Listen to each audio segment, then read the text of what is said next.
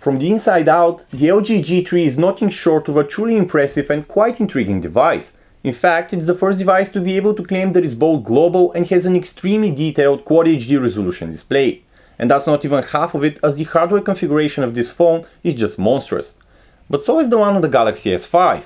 The latest Samsung flagship has reaped major success with both consumers and critics alike, and that's not surprising in the least. And while its display's pixel count falls short of that on the G3, the phone certainly has a ton to offer, including an outstanding 16-megapixel camera, a dust and water resistant body, and a vast array of software features.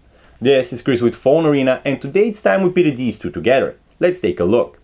To say that LG and Samsung each have their own way of doing things when it comes to design would be a medium-sized understatement. Both devices are made out of plastic, but the two companies have given it their best shot, and the body of neither can be considered cheap. For its part, LG is using high-quality polycarbonate for the G3's back, complete with a matte finish that reminds a whole lot of brushed metal and is great at keeping nasty fingerprints at bay. In the same vein, Samsung's Galaxy S5 also sports a plastic chassis, but the back comes with a dotted pattern that looks and feels a bit like leather and is also excellent at repelling smudges. Overall, in this standoff between faux metal and faux leather, the G3 has a hand over the more pedestrian-looking S5. Moving on, some of you may be a bit concerned about the seemingly giant 5.5-inch display on the G3. In reality, however, the phone actually isn't uncomfortable to hold thanks to its extremely thin bezels and overall compact dimensions. But next to it, however, the smaller GS5 is definitely easier to manage. But though it is smaller, its dust and water resistant body is not quite as good at squeezing screen real estate at little expense in terms of overall dimensions, so the difference isn't quite as drastic as you might think. As for the two companies' respective approaches towards button layout and design, this is another area where the two differ. The G3, for example, is cementing LG's investment into rare-placed keys, which have gone through a major redesign from the G2's implementation. Both the power and volume rocker are noticeably more pronounced than before, and their design and shape have also been changed. They offer great tactile feedback, but the power key provides more travel than the comparatively flush volume rocker. As for the S5, it continues Samsung's signature physical home button legacy and adopts a more conventional buttons on the sides approach. Both of these are placed conveniently and provide even greater feedback and travel in comparison with the G3. So let's talk displays. Starting off with the G3, its extremely sharp Quad HD resolution display is hands down its most unique part. This 5.5-inch panel offers the industry-leading 538 pixels per inch and, according to LG, a true-to-life image. In comparison, the Samsung Galaxy S5 is seemingly outclassed in this regard, as it features a standard resolution of 1080p, which works out to 432 pixels per inch. Frankly, however, you are unlikely to perceive this inferiority in detail, especially when looking at the two displays from a normal viewing distance. As for color accuracy, we can't say we feel LG delivered on its promise of a color-accurate image. Core temperature, for example, sits at the good but not excellent 7400 Kelvins, though that's still better than the Galaxy S5's temperature of almost 8200 Kelvins, which causes a significantly blue tint. Thankfully, while on the slightly oversaturated side, the G3's colors are mostly acceptable. In comparison, the Galaxy S5's display has a larger color error and produces more saturated and ultimately incorrect colors. Where the GS5 wins out, however, is maximum brightness, which sits at 442 nits versus the 376 nits offered by the G3's display. In fact, the G3's brightness is insufficient to counter the effects of its reflective glass, making the display harder to use under direct sunlight. In the past, both LG and Samsung have been similar in their approach towards their respective Android skins, and specifically the number of features they pack into them. Now, both have introduced substantial changes to those skins, opting for flatter, more lightweight looking designs. Starting off with the G3, we have a brand new simplicity-driven UI that still holds a ton of options and features. It just does a better job of keeping them out of your way when not needed. Said otherwise, the default state of the interface proves true to the Android ways, but you can influence the experience a great deal. This is possible through customizations such as lock screen shortcuts, double tap to wake up functionality, and even the ability to add a fourth on-screen navigation button that can be repurposed over and over. Other standout features of the G3 include Dual Window, which allows you to run two apps side by side, Smart Notice, which is a Google Now-like personal assistant that tries to provide helpful tips as you go along with your day, and Content Lock, which lets you password protect sensitive data. Last but perhaps not least, you also get the so-called Kill Switch, which is a feature that allows you to remotely disable and completely wipe the contents of the G3 in the event of theft.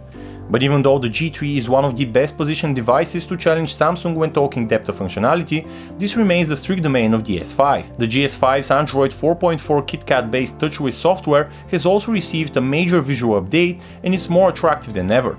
Don't let this fool you though, as it's still armed to the teeth with features. Without a doubt, the two most eye-catching goodies of the S5 are its fingerprint sensor, which is embedded into the physical home button, and a novel heartbeat monitor, which is nestled underneath the rear camera. We haven't come across a solid purpose for the monitor, but the fingerprint sensor will definitely appeal to folks who like playing it safe. That said, we feel it's necessary to note that its accuracy leaves something to be desired. We're not nearly out of features though. You also get a comparable multi-window mode that can run two apps side by side, and extras like a one-handed mode, which miniaturizes the UI. There's also Smart Stay, which can keep the screen on as long as you're looking at it, and you can even scroll through pages or lists without even touching the phone by just waving over the front proximity sensor. When you've got Qualcomm's top-of-the-line quad-core Snapdragon 801 chip powering your handset, you kind of have the luxury of never having to worry about performance. Indeed, both handsets deal with even the heaviest crop of tasks with finesse, though there are some weaknesses. For example, the G3 fares worse in synthetic benchmarks, mainly due to that super high resolution display.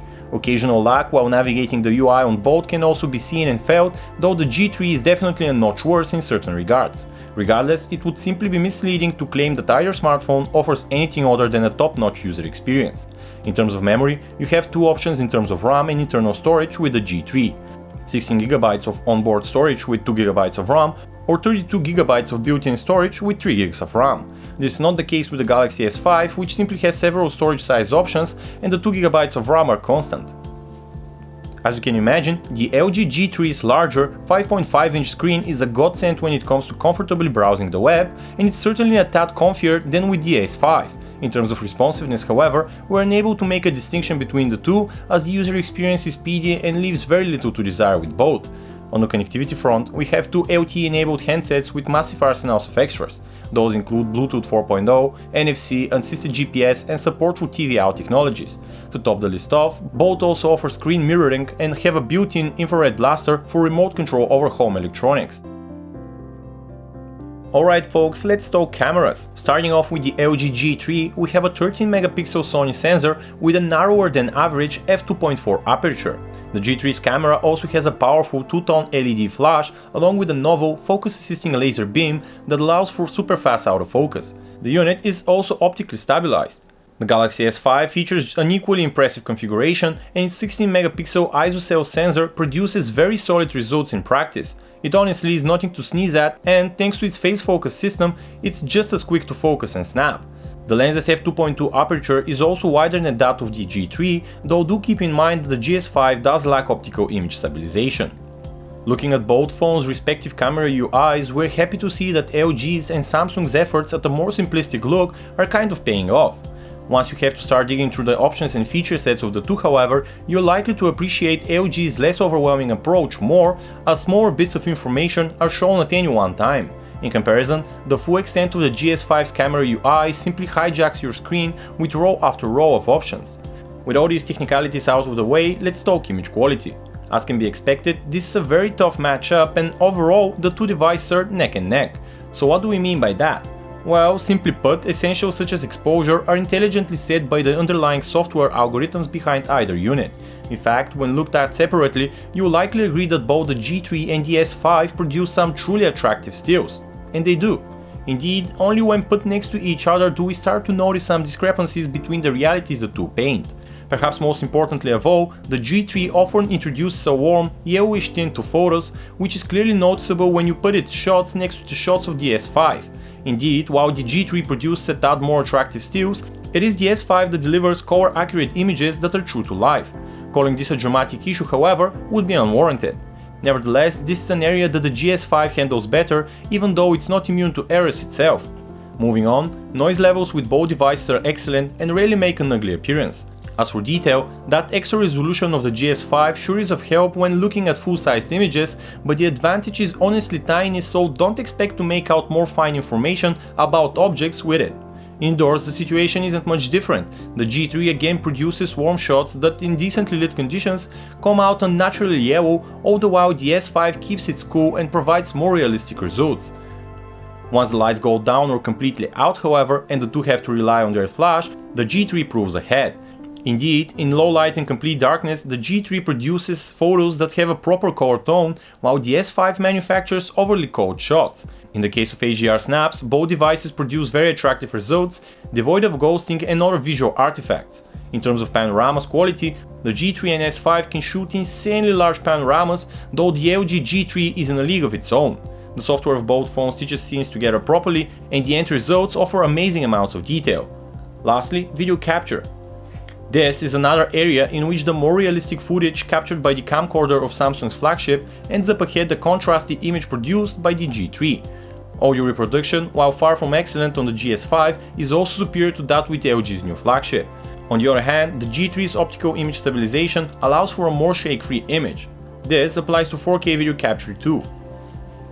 A 5.5-inch Quad HD IPS panel. Now that sounds quite impressive when talking multimedia.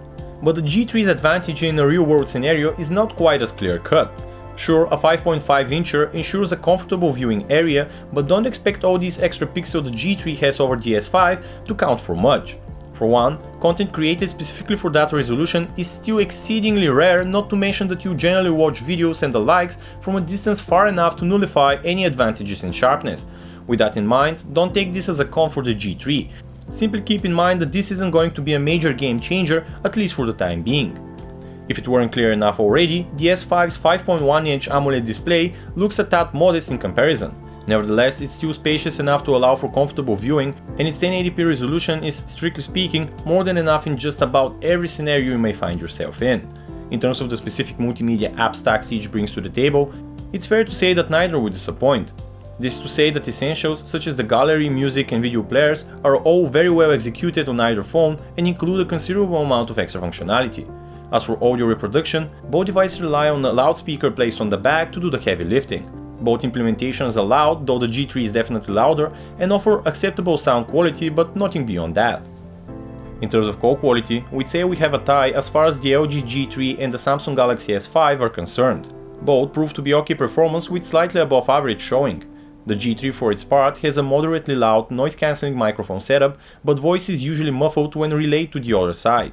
The earpiece is also powerful enough to provide comfort during calls, but voices sound a bit distant and somewhat hollow. The GS5 is no better though. Its microphone is also moderately loud, but higher frequencies are boosted substantially and sound a bit unnatural. As for the earpiece, loudness is just enough and voices tend to be transmitted with a very slight muffled quality to them. At a glance, the LG G3 appears to have the upper hand over the Samsung Galaxy S5, at least in terms of battery capacity. Its 3000 mAh cell is more spacious than the S5's 2800 mAh one. Considering the G3's extremely pixel-dense Quad HD display, however, we were expecting it to trail the S5 in terms of total battery endurance, not least because Samsung's latest proved to be quite the soldier itself. That, however, does not appear to be the case, evident from our custom battery life tests. The G3 held its ground for the amazing 8 hours and 50 minutes compared to 8 hours and 20 minutes for the S5. That's a non-trivial premium and a great achievement on LG's part. So there you have it, two amazing flagships that will never fail at exchanging painful blows. If you haven't realized this yet, this seeming quibble is exactly the type of mess you'll be in if you ever have to make a decision between the two. That is, unless you get your preferences straight. In terms of overall design, we feel we can successfully argue that the G3 is the more attractive device of the two. The utilitarian GS5, however, will appeal to those looking for practicality over looks, and this has a lot to do with the fact that Samsung's flagship is more compact and dust and water resistant. The G3 also has a seemingly superior 5.5-inch display, but the reality is again that practicality favors the S5's 1080p screen. Indeed, the G3's panel is not perfectly suited for use outdoors, and despite the extra resolution, you will be hard-pressed to perceive the difference in reality. And in terms of imaging, the shoe is now on the other foot as the GS5's camera churns out slightly better stills and video overall. So how do you choose? As we mentioned in the very beginning of this comparison, it ultimately comes down to your individual preferences, as each device has enough relative strengths to even out its relative weaknesses when compared against the other.